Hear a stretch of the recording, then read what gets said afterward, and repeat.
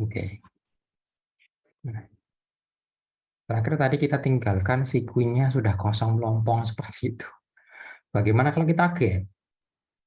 Ya, kita cek dulu apakah dia empty. Lihat sekarang. Empty-nya sekarang true.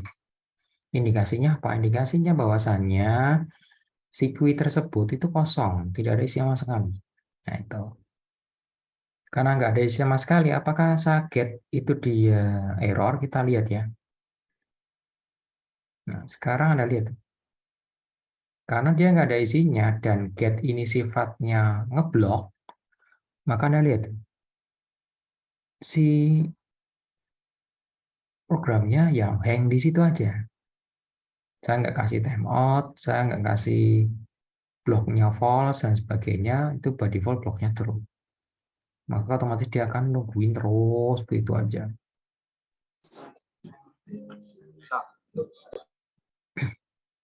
Oke, terpaksa saya restart ya, ke backend-nya.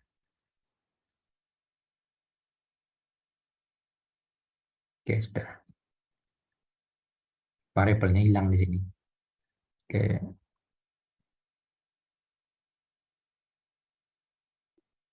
udah ya.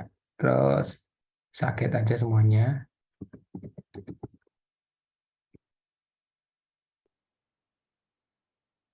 Terus sekarang kita panggil get-nya dengan, yang kita lihat dulu, queue size-nya. Berapa? 0. Nah, itu.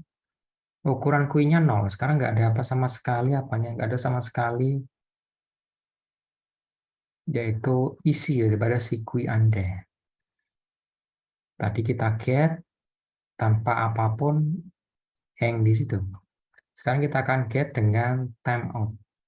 Misalnya timeout-nya saya kasih 5 detik. Nah ini. Maka otomatis program Anda akan mencoba mengambil konten dari si queue Anda. Maksimal 5 detik ditungguin. Kalau nggak ada itemnya, dia langsung keluar. Kita lihat ya.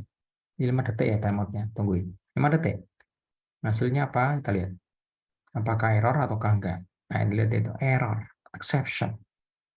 Race-nya apa? Exception-nya empty. Queue.empty. Itu exception-nya. Ya, nongol. Jadi kalau Anda pakai get-nya ada timeout-nya, perhatikan baik-baik untuk queue Anda. Ya, standarnya sih silakan Anda trap si get-nya menggunakan try accept. Biar nggak error nongol seperti ini. Oke. Jadi itu put, get seperti itu. Sangat mudah menggunakan queue di Python. Karena memang dibuat sudah sangat mudah itu aja ya oleh si compiler Python. Itu aja. Oke.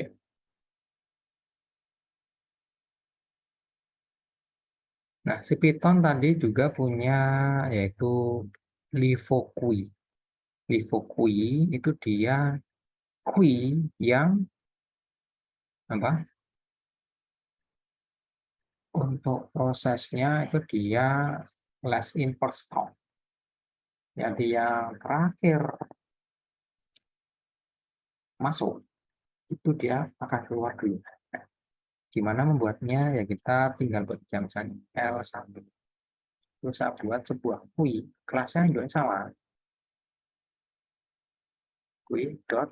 Nah, sekarang kita punya LiFo queue. Nah, LiFo queue.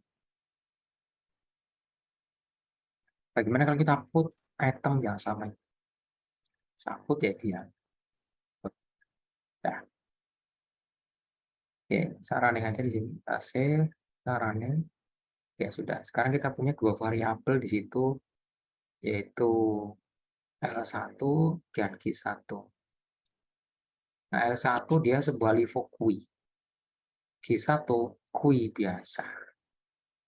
Ya, sekarang kita akan get. Langsung aja get ya. Q1.get. Q1.get sudah diisi 12 lower dan sebagainya, maka dia akan keluar yang 12 dulu. Ingat, si queue-nya FIFO, first in, first out. Kalau yang queue LiFo kalau saya get, mana yang keluar duluan? Ingat dia LIFO, last in first out. Yang saya keluarkan duluan, saya masukin terakhir itu adalah si list ini. Jadi kalau sama get dari sebuah LIFO, maka ini akan dikeluarkan terlebih dahulu. Ya kan? Kita lihat ya.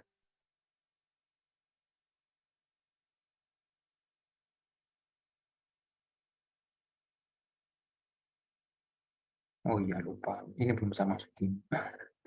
Salah ya. Ini harusnya L1. Harusnya L1. Jadi kalau Anda tadi itu get-nya dia sama berarti prinsipnya sih kui biasa.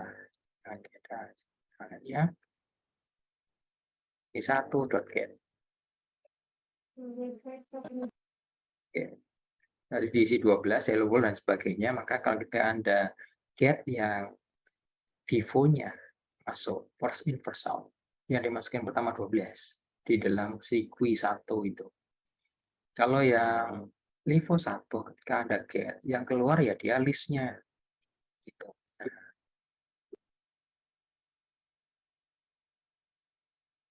Ini Livo kui perilakuan seperti ini. Jadi item yang terakhir masuk dialah item yang akan pertama kali keluar. Ya, Livo kui.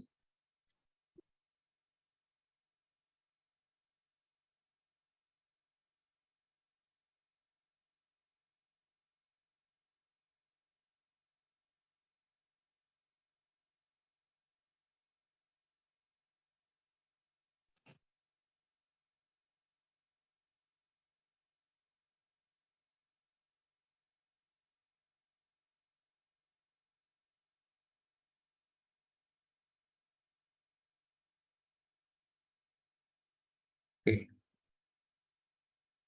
Selain Livo kui dan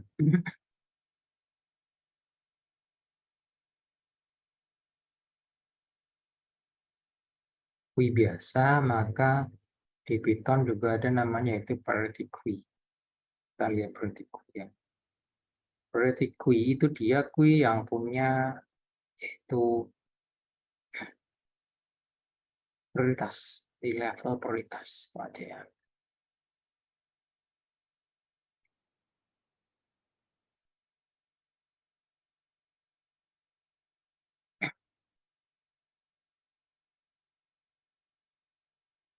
Lalu ada lagi yang terakhir namanya simple queue. Simple queue ini implementasi secara spesifik untuk namanya unbounded vivo queue. Tuh. Tapi ya karena dia sangat simple, maka ya fitur-fitur seperti backtracking, lalu fitur lainnya itu dia tidak di-support oleh si simple queue ini.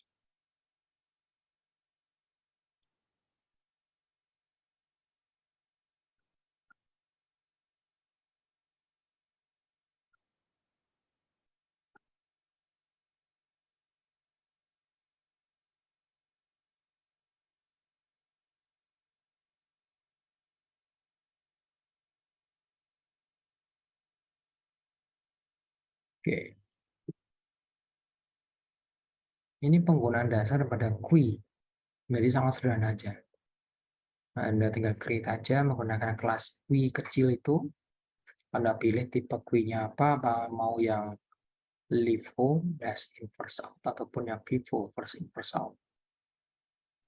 Setelah itu Anda tinggal put, get saja.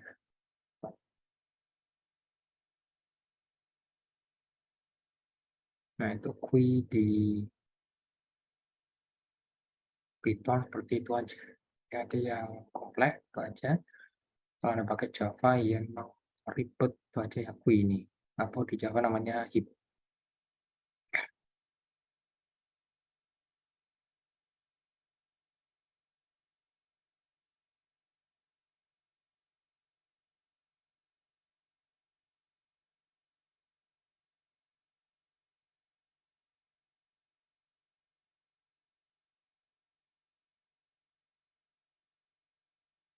Nah, ini contoh penggunaan queue. Dipakai untuk apa? Dipakai yaitu untuk nge-track yaitu perjalanan ataupun rute dari satu kota ke kota lainnya. Nah, setiap rute itu dia punya namanya yaitu apa? Tabel proyek.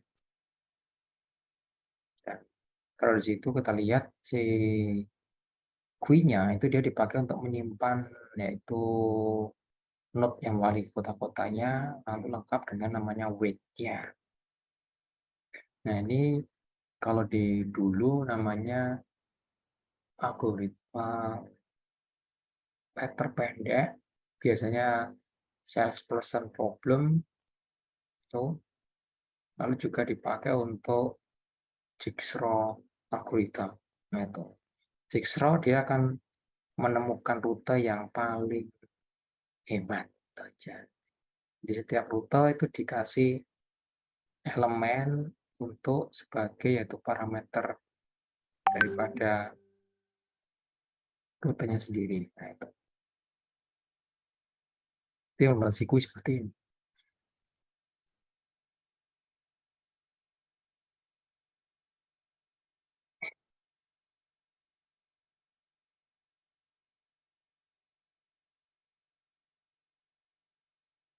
Selain itu, QUI juga dipakai untuk namanya searching. Nanti kita lihat di bagian terakhir ya, di searching. Searching juga menggunakan si QUI ini.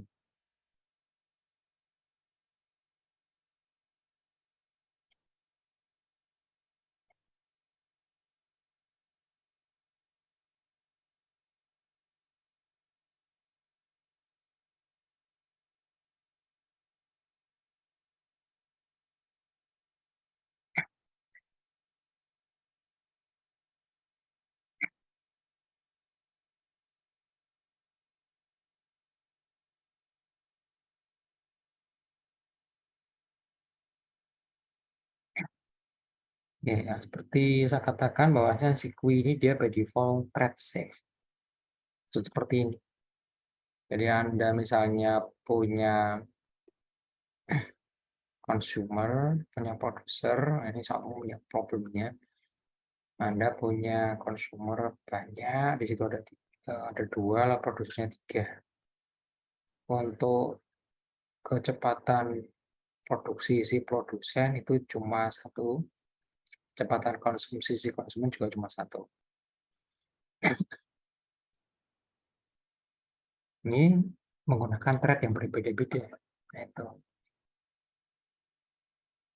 Kalau menggunakan QUI di trading, maka Anda tidak perlu repot-repot data racing maupun correct saja.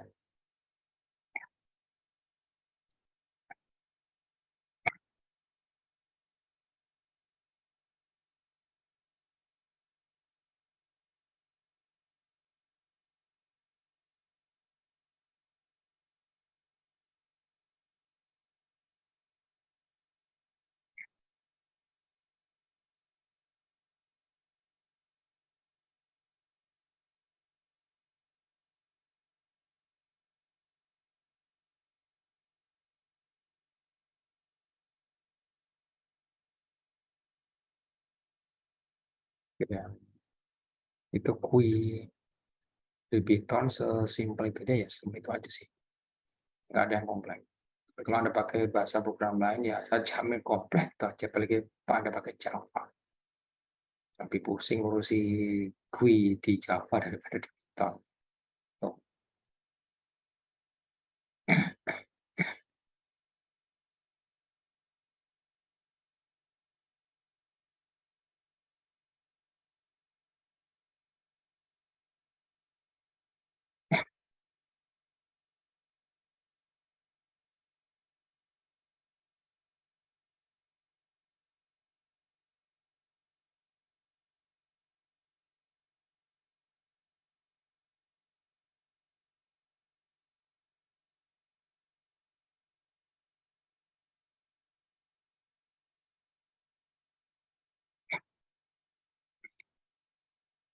Jadi si QUI Anda itu dia by default thread safe. Tapi juga QUI itu ada juga yang multi processing safe. Itu ada di library namanya multiprocessing. Jadi bedanya dengan trading itu dia teknik untuk komputasi paralel yang memanfaatkan hanya single core saja, satu core khusus untuk dia. Meskipun Anda punya core-nya 8, nggak guna Anda pakai trading. Tapi kalau multiprocessing, ini dia sering disebut juga yang multi-core. Jadi memanfaatkan core yang banyak di dalam device-nya, maka si Python-nya menggunakan multiprocessing itu akan meng-create job yang akan di-running oleh si masing-masing frekuensi itu.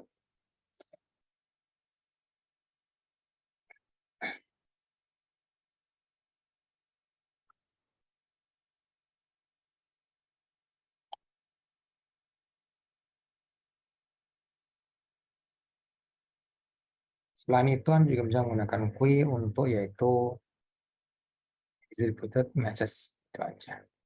Contoh menggunakan Rapid, MQ, ada lagi Redis yang umum ya, Redis. Dia juga menggunakan Queue antrian. Juga Apache Kafka ini yang produk gedenya itu aja.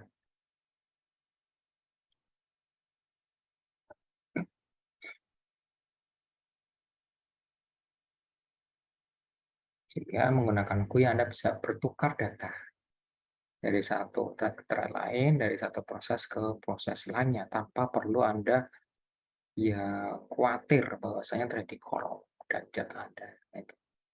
Kalau Anda pakai Queue ya nggak terlalu repot, nggak urus seperti itu.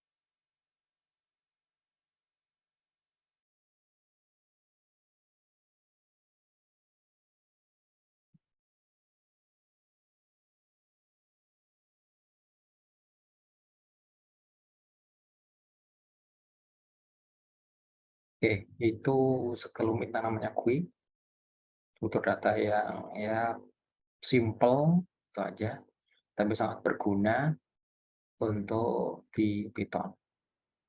Di Python Queue dibuat sangat sederhana, sangat simpel sehingga user awam pun bisa menggunakan fiturnya Queue yang lumayan kompleks dengan kemudahan tersendiri dibandingkan dengan bahasa program lain. Itu aja.